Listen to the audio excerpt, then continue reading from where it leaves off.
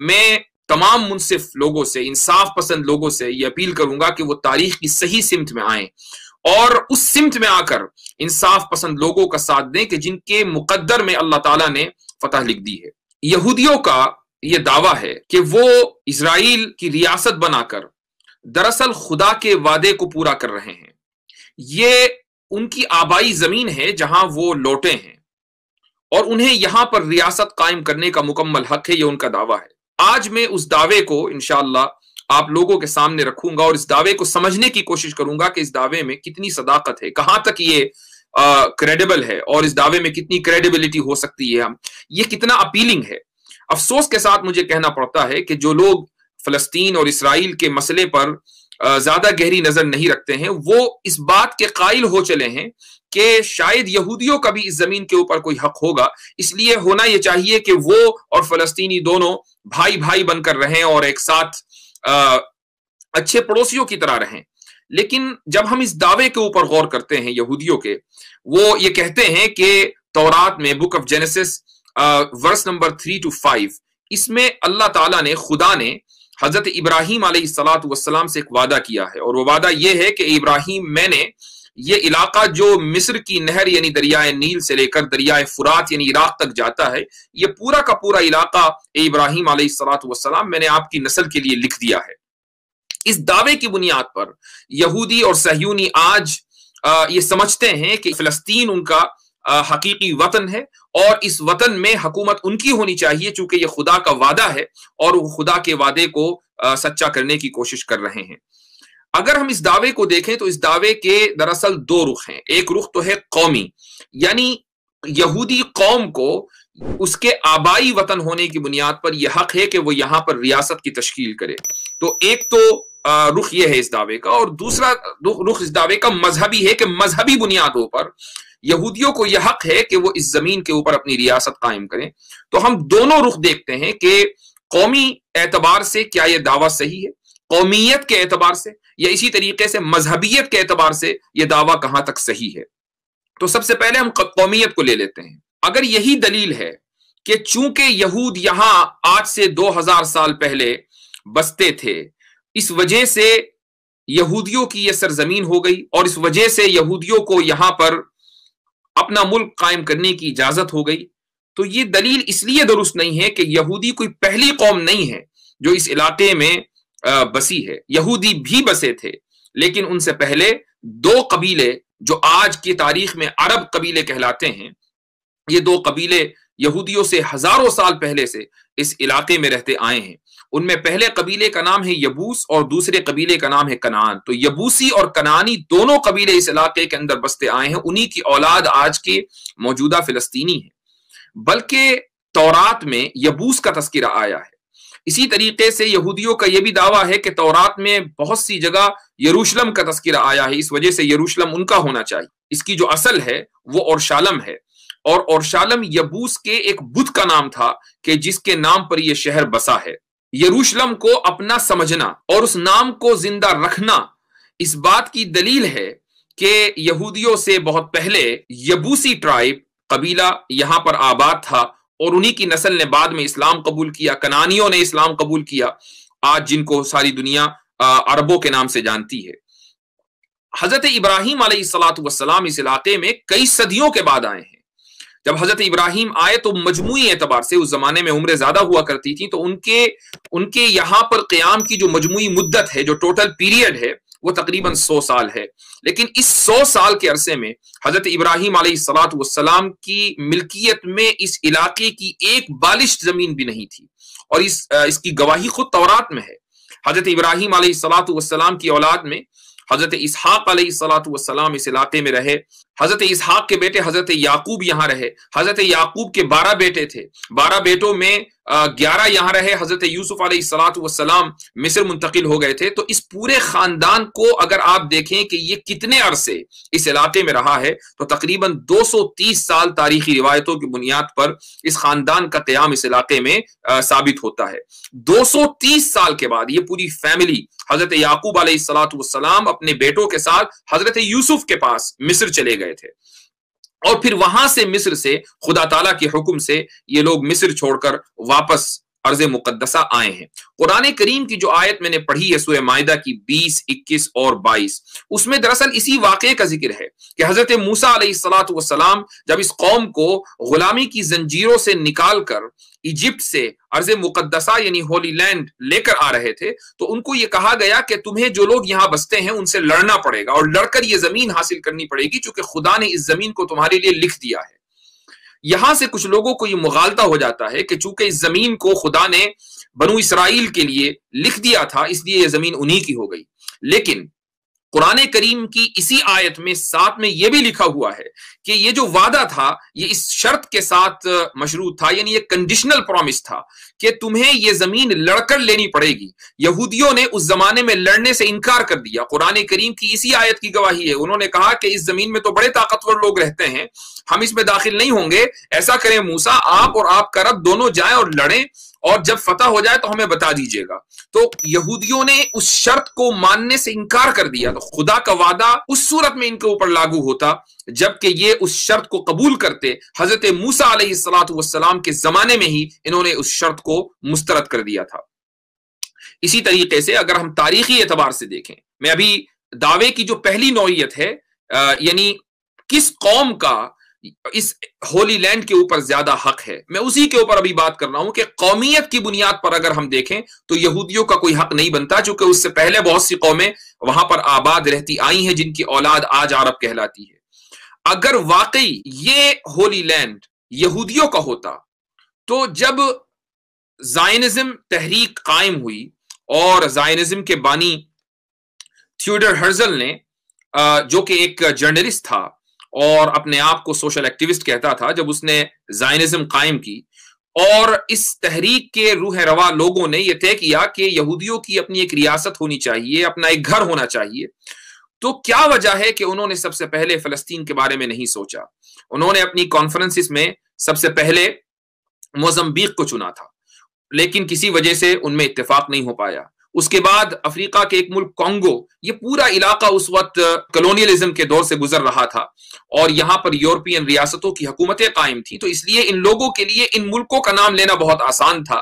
चूंकि यूरोपियन हुक्मरानों से इनके बड़े गहरे ताल्लुकात थे, तो कॉन्गो का नाम लिया गया कि कॉन्गो में हमारी अपनी रियासत कायम होनी चाहिए। उस जमाने में कॉन्गो बेल्जियम की कॉलोनी था। 1897 में अर्जेंटीना का नाम लिया गया। उसके बाद 1901 में साइप्रस का नाम तजवीज किया गया। 1902 में सेना का इलाका जो कि मिस्र में आज है, ये इलाका तजवीज किया गया कि यहां हमारा वतन होना चाहिए।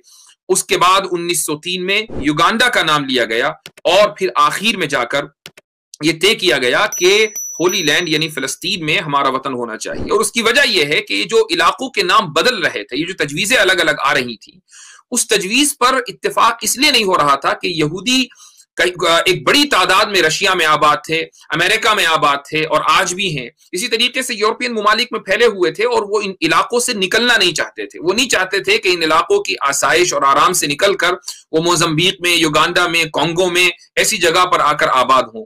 तो सहयूनियों ने मजहबी कार्ड खेला और उन्होंने सोचा कि अगर हम यहूदी मुकद्दस इलाकों का हवाला देंगे और ये कहेंगे कि यहाँ यहूदियों की इबादत गाहें हैं, मुकद्दस इलाके हैं, यहाँ हजरत सुलेमान अलैहिस्सलातु वस्सलाम थे, ये वो जमीन है कि जिसका खुदा ने तुमसे वादा किया था, तो यहूदी बड़ी तादाद में सारी दुनिया से चलकर फलस्तीन में आबाद हो जाएंगे।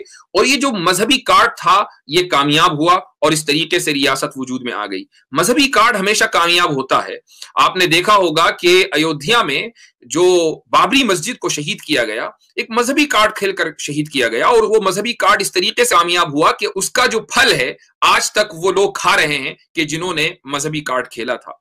हालांकि तारीखी बुनियादों पर यह बात साबित हो चुकी थी कि बाबरी मस्जिद किसी भी मंदिर को तोड़कर बनाई नहीं गई थी। तो इन बातों से यह साबित हुआ कि यहूदियों का कौमी एतबार से इस इलाके के ऊपर कोई हक नहीं बनता अगर उनकी ये दलील है कि चूंकि पहले वहां वो लोग रहते थे, उनके आबा व अजदाद रहते थे, तो फिर अरबों का केस उससे ज्यादा मजबूत हो जाता है चूंकि उनके आबा व अजदाद यहूदियों से बहुत पहले से वहां रहते चले आए हैं। इस दावे का एक मजहबी रुख भी है और वह मजहबी रुख यह है कि तौरात में उन लोगों का दावा है यहूदियों का कि हमसे यह वादा कर लिया गया हजरत इब्राहिम से कि ये पूरा इलाका ए इब्राहिम अलैहिस्सलातु वस्सलाम आपकी नस्ल को दे दिया गया। तो तौरात का चूंकि ये हमसे वादा है इसलिए ये जमीन हमारी है। ये एक मजहबी कार्ड है। हम गौर करने की कोशिश करते हैं कि इस मजहबी दावे की क्या हैसियत है। हजरत इब्राहिम अलैहिस्सलातु वस्सलाम की औलाद में सिर्फ हजरत इसहाक अलैहिस्सलातु वस्सलाम नहीं है, हजरत इस्माइल अलैहिस्सलातु वस्सलाम भी हजरत इब्राहिम की औलाद हैं। अगर तौरात में यह वादा कर लिया गया कि ए इब्राहिम इस इलाके को आपकी औलाद को दिया, तो औलाद में जहां इसहाक अलैहिस्सलाम है वहां इस्माइल अलैहिस्सलाम भी है।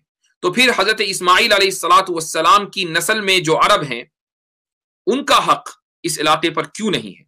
किस बुनियाद पर अगर एक बाप का इंतकाल होता है और एक मकान उस बाप के दो लड़कों के नाम आता है, तो एक भाई अगर दूसरे भाई को बेदखल कर दे तो क्या इसको इंसाफ कहा जाएगा? क्या दो भाइयों में एक भाई का उस मकान के ऊपर ज्यादा हक होता है और दूसरे का कम होता है?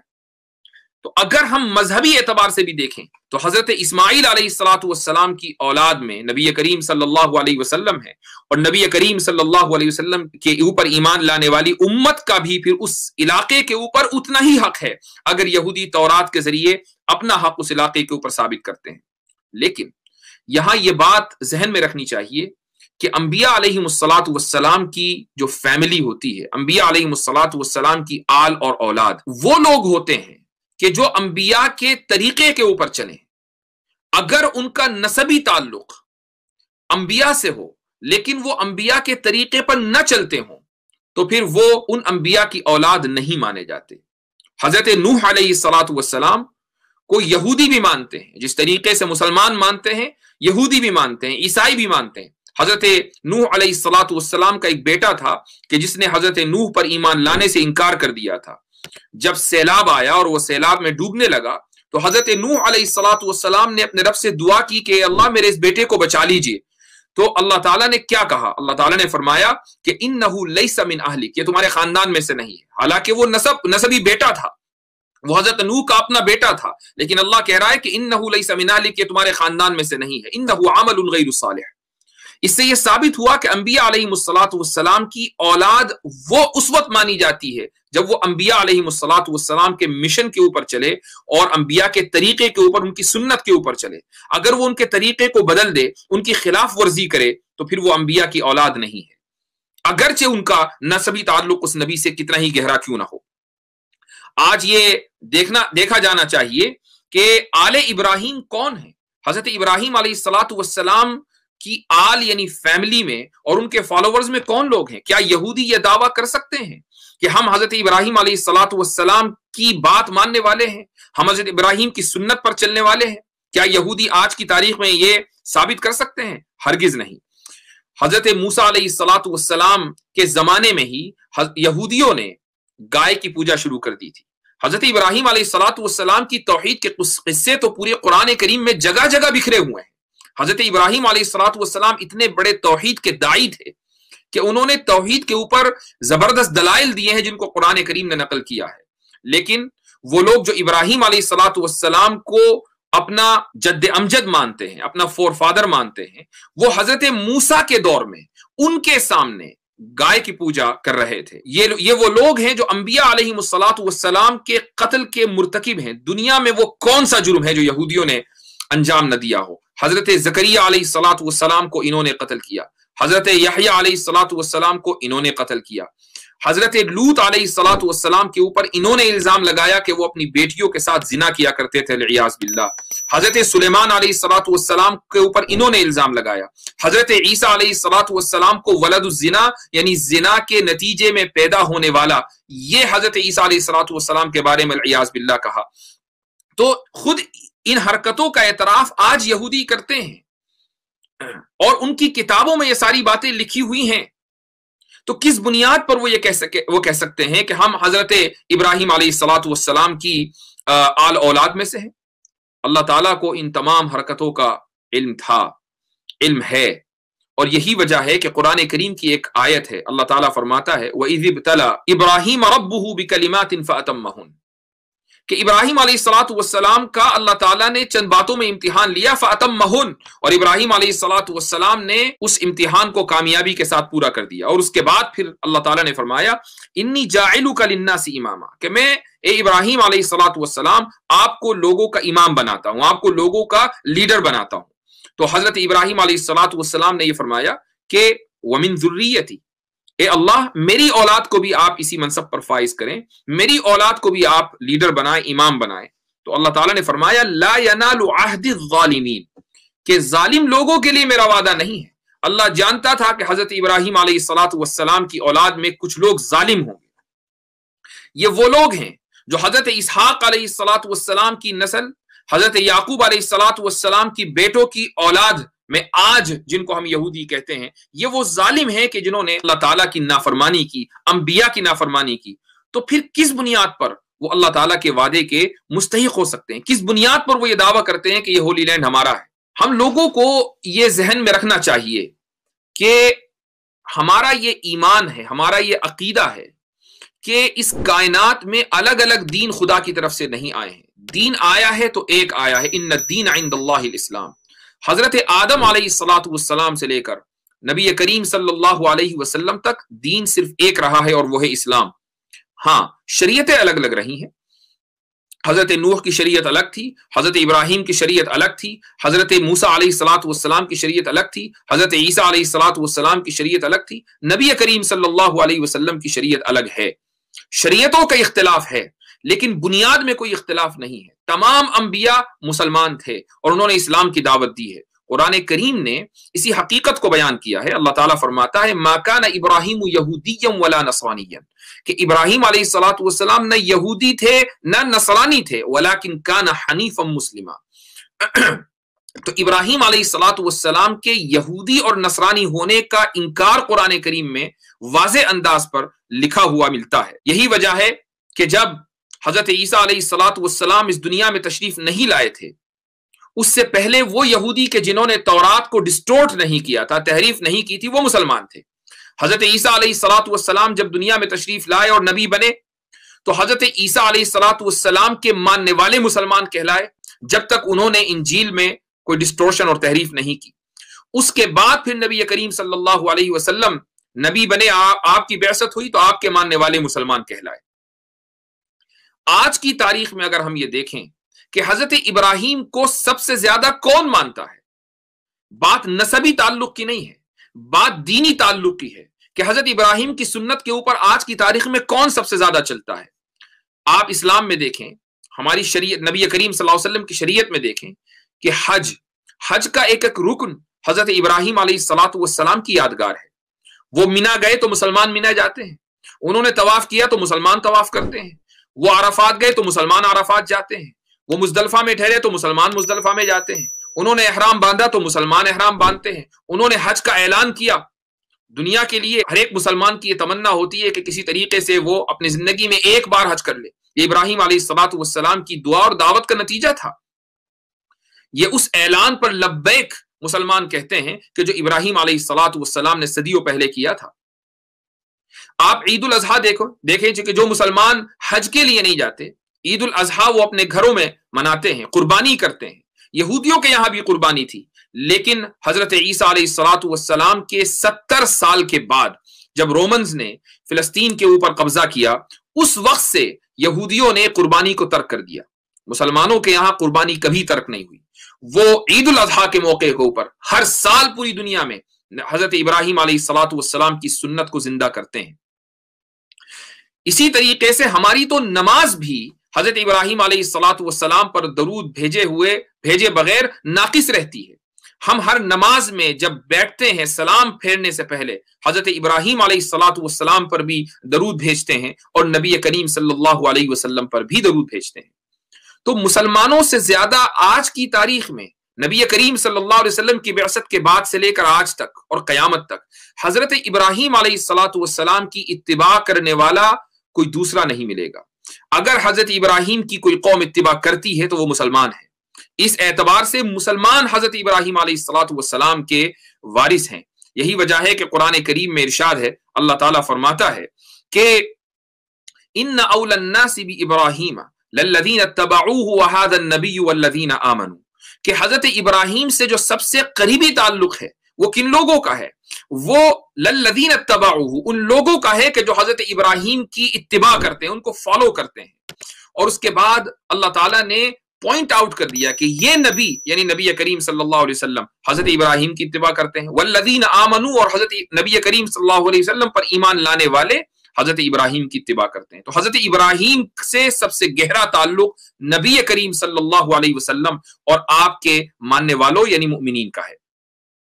एक और आयत में अल्लाह ताला फरमाते हैं, वलक़द कतबना फ़िज़ ज़बूरी मिन बअदि ज़िक्रि अन्नल अर्द यरिसुहा इबादी अस्सालिहून, कि हमने ज़बूर में लिख दिया था, आज ओल्ड टेस्टामेंट का वो हिस्सा है, उसमें लिख दिया था कि इस जमीन के वारिस मेरे नेक बंदे होंगे। और नेक बंदे कौन हैं? नेक बंदे वो हैं जो नबी करीम सल्लल्लाहु अलैहि वसल्लम के ऊपर ईमान लाए और आप सल्लल्लाहु अलैहि वसल्लम के जरिए हजरत इब्राहिम अलैहिस्सलातु वस्सलाम की सुन्नतों को उन्होंने जाना, पहचाना और उनके ऊपर अमल किया।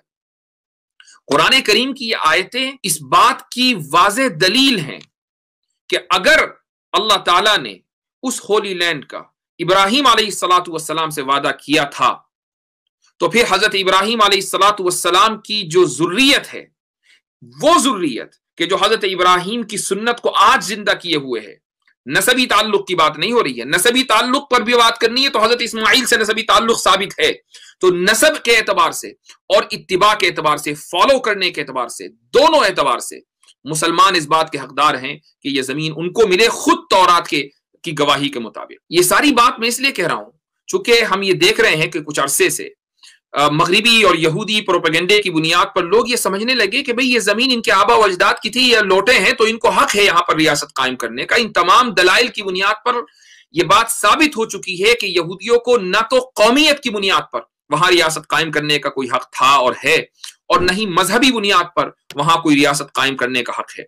यहूदियों में यही वजह है, एक अल्ट्रा ऑर्थोडॉक्स उनमें एक तबका पाया जाता है कि जिनको नेचरी कारता बोलते हैं।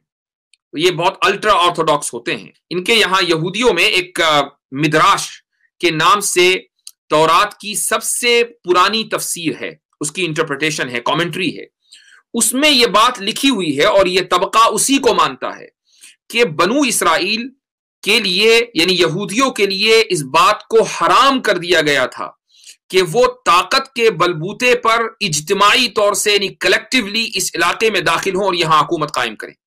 अगर आइंदा कभी इनकी हुकूमत कायम होगी तो वो इंसानी कोशिशों की बुनियाद पर नहीं होगी, वरना यहूदियों की मगफिरत नहीं हो सकती, खुदा उनको माफ नहीं करेगा।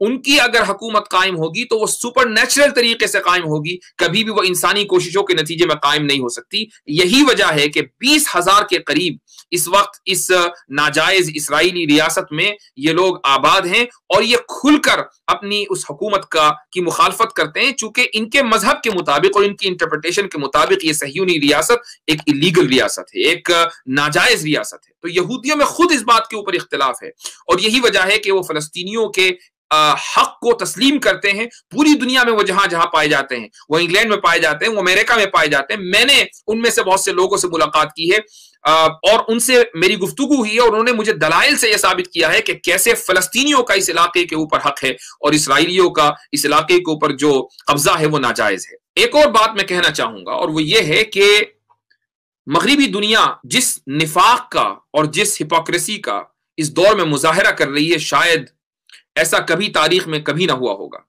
ये वो सिविलाइजेशन है कि जो पूरी दुनिया में जमहूरियत और डेमोक्रेसी का नारा लगाती है। डेमोक्रेसी का मतलब सिर्फ वोट डालना नहीं होता, वोट तो वहां भी डलते हैं जहां डिक्टेटरशिप होती है। डेमोक्रेसी का मतलब जो एक खूबसूरत स्लोगन दिया जाता है वो ये कि उस मुल्क की अवाम को इक्वल राइट्स हो, ये जमहूरियत की बुनियाद कही जाती है। और ऐसी सूरत में जमहूरियत को मुकद्दस बनाकर, होली बनाकर पेश किया जाता है और उसके मुकाबले में जितने भी मोड ऑफ गवर्नेंस हैं, जितने भी तरीके हुकूमत हैं, सबको मुस्तरद कर दिया जाता है। डिक्टेटरशिप को इसीलिए मुस्तरद किया जाता है। इसी बुनियाद पर वेस्टर्न सिविलाइजेशन खिलाफत को मुस्तरद करती है, थियोक्रेसी को मुस्तरद करती है। लेकिन जब बात यहूदी रियासत की आती है, जब बात इजराइल की आती है, तो वे कहते हैं, यहूदी खुल्लम खुल्ला कहते हैं कि हम एक जूविश स्टेट हैं, ہم ایک یہودی ریاست ہیں. یہودی ریاست کا کیا مطلب ہے؟ اگر یہودی ریاست کا مطلب یہ ہے کہ ایک مذہبی ریاست ہے تو اسی کو تھیوکریسی کہا جاتا ہے، اور ویسٹرن سٹینڈرڈ کے مطابق تو تھیوکریسی سب سے بڑا جرم ہے. لیکن یہودی اگر وہ جرم کریں تو یہ جرم نہیں رہتا، بلکہ یہ مغربی دنیا کے لیے کار ثواب بن جاتا ہے. اور اگر یہودی ریاست سے مراد قومی ریاست ہے کہ یہ ریاست صرف ایک خاص قوم کے لیے ہوگی اور دوسری قوم اگر اس علاقے کے اندر بسے گی تو وہ سیکنڈ کلاس سٹیزن ہوگی، اسی کو اپارتھائڈ کہا جاتا ہے. اپارتھائڈ کیا ہے؟ یعنی نسل اور رنگ کی بنیاد پر حکومت کا قیام. نیلسن منڈیلا نے جو ساؤتھ افریقہ میں گوروں کے خلاف جد و جہد کی تھی، محاذ قائم کیا تھا اور پوری زندگی انہوں نے وقف کر دی تھی اپنے ملک کو آزاد کرانے میں، وہاں کیا ہوتا تھا؟ انہوں نے ساؤتھ افریقہ میں اس لیے جد و جہد کی گوروں کے خلاف چونکہ گوروں نے ایک نسلی ریاست وہاں قائم کی ہوئی تھی. جو حقوق گوروں کے تھے وہ کالوں کے نہیں تھے. ساری دنیا نے نیلسن منڈیلا کی تعریف کی، ساری دنیا نیلسن منڈیلا کے ساتھ کھڑی ہو گئی. لیکن جب وہی حرکت یہودی کرتے ہیں، فلسطینیوں کے خلاف کرتے ہیں، فلسطینیوں کے بچوں کو شہید کر دیتے ہیں، ان کے جوانوں کو بے روزگار رکھتے ہیں، ان کے بوڑھوں کو دن دہاڑے قتل کر دیتے ہیں، ان کی عورتوں کو ریپ کرتے ہیں، تو دنیا خاموش رہتی ہے اور مغربی میڈیا کی زبان سے ایک لفظ فلسطینیوں کے حق میں ادا نہیں ہوتا. اس لیے کم سے کم مسلمانوں کو یہ چاہیے کہ وہ اس بات کو ذہن میں رکھیں کہ فلسطین کا مسئلہ اسلام کا مسئلہ ہے، فلسطین کا مسئلہ مسلمان کا مسئلہ ہے. یہ مسئلہ صرف اس لیے نہیں ہے کہ نبی کریم صلی اللہ علیہ وسلم نے معراج کے موقع پر وہاں نماز پڑھی تھی، بلکہ اس لیے ہے کہ مسلمان حضرت ابراہیم علیہ الصلاۃ والسلام کے وارث ہیں، اور حضرت ابراہیم علیہ الصلاۃ والسلام سے اللہ تعالیٰ نے یہ وعدہ کیا تھا کہ ہولی لینڈ حضرت ابراہیم کے وارثوں کو ملے گی. تو جو حضرت ابراہیم کا حقیقی جانشین ہے، یہ زمین بھی پھر اسی کی ہے. اس لیے یہ مسئلہ دو قوموں کا مسئلہ نہیں ہے. میں نے اسی لیے شروع میں یہ بات کہی تھی کہ یہ خیر اور شر کے درمیان جنگ ہے، یہ ظلم اور انصاف کے درمیان جنگ ہے. اور مسلمانوں کو ساری دنیا کے کم سے کم یہ اویئرنیس پیدا کرنی چاہیے کہ وہ انصاف کے ساتھ کھڑے ہوں اور ظلم کو وہ دن رات کنڈیم کریں. جب تک ظالم کو ظالم نہیں کہا جائے گا اور اس کے ہاتھ کو پکڑ کر روکا نہیں جائے گا، وہ ظلم سے باز نہیں آئے گا. جہاں تک غیر مسلموں کی بات ہے، میں ان سے بھی یہ اپیل کرنا چاہوں گا، محض اس لیے کہ ایک مسئلہ مسلمانوں کا ہے، آپ اس لیے اس مسئلے میں دشمنوں کے ساتھ کھڑے نہ ہوں، بلکہ آپ انصاف کے ساتھ کھڑے ہوں. آپ اس پوری جو گفتگو ہی ہے اس کی بنیاد پر دیکھیں کہ کس قوم کا، کس مذہب کے ماننے والوں کا اس زمین کے اوپر بنیادی حق ہے. اگر آپ آج انصاف کے ساتھ کھڑے نہیں ہوئے اور آپ نے ظالم کا ہاتھ نہیں تھاما، آپ نے ظالم کی پشت پناہی کی، تو پھر یہی کہا جائے گا کہ جس طریقے سے ایسے بہت سے لوگوں کے پوروجوں نے اپنے زمانے میں انسانیت کے خلاف کرائم کیے ہیں.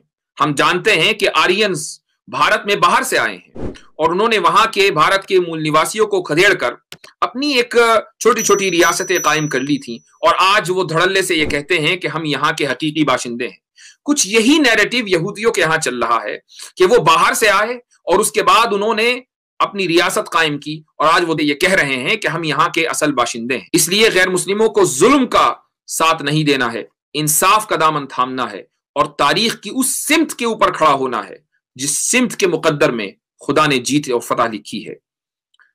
دعا کرتا ہوں کہ اللہ سبحانہ و تعالی مظلوم فلسطینیوں کی مدد فرمائے اور ساری امت مسلمہ کو یہ سمجھنے کی توفیق عطا فرمائے کہ مسئلہ فلسطین صرف فلسطینیوں کا مسئلہ نہیں ہے، بلکہ یہ پوری امت مسلمہ کا اور ہر مسلمان کا ایک ذاتی مسئلہ ہے. جزاکم اللہ خیر الجزاء وآخر دعوانا ان الحمد للہ رب العالمین.